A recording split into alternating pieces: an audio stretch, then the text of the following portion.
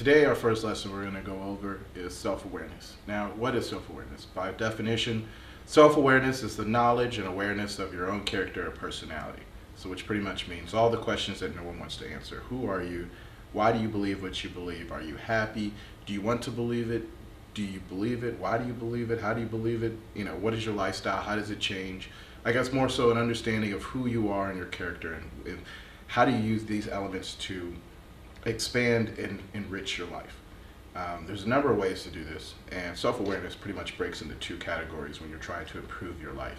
And these two categories include compensation or improvement.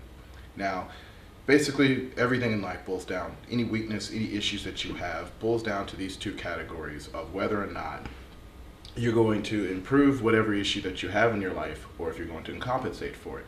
So how does one do this? Okay, well, first of all, you have to use your self-awareness to identify a weakness. And that requires understanding who you are. What is it that you're not good at? What is it that you have problems? Is it getting up in the morning? Is it sleeping too late? Whatever the issue is, for me it's spelling. I'm an awful speller. So the choice from there is you have two options coming from once you identified an issue in your life and a weakness that you want to address. You have to decide, are you going to compensate for this or are you going to improve it? Well, how does one do this? Okay, well, first you identify whatever it is. Once you identified the problem, then you go for which way are you going to go. Essentially you have three options. The next option would be do nothing. You always have an option of not doing a single thing. And when one executes that option of not doing anything, then your life stays exactly where it is. And if you're happy with that, then self-awareness is identifying that you're happy with it, knowing that you're happy with it, and continuing on progressing, doing absolutely nothing, which is suitable. Don't ever think that that's a bad thing. But if you do see something, you're like, wow, this is a problem that I want to tackle. And the question is like, how do I make this issue a minuscule issue or no longer a problem?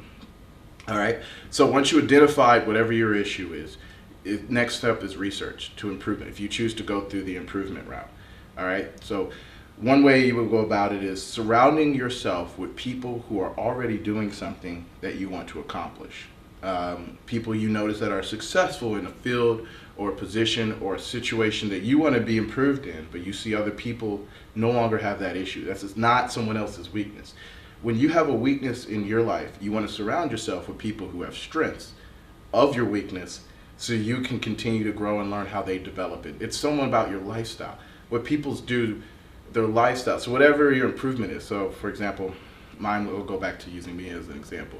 For spelling. Spelling is an issue. So how do you go back to improving that? Well, books, definitions, dictionaries. I would get a dictionary, read the dictionary, learn how to spell out words. Use other smaller words inside larger words. I used that a lot when I was younger to help get an understanding of how the whole word is spelled out. Studying the structure of the English language, things of those natures. Surrounding yourself with strong English speaking people, learning how they say their words, how they learn their words, and more or less involving and engulfing yourself in the improvement of that weakness. Now, the next option you have is compensating. Well, how do you compensate? Well, this is you don't improve the weakness, but instead you surround yourself with things that help lift up the weakness so it's not as big as a problem. For now, because we live in this digital age, we have things such as computers and Microsoft Word, Google, and things of that nature, which helps compensate for poor spelling. This is something that you come in and you choose to do. You're like, okay, this is a problem. I don't feel like I'll ever be able to overcome this problem. So how do I put things in my way to allow this problem to be minuscule?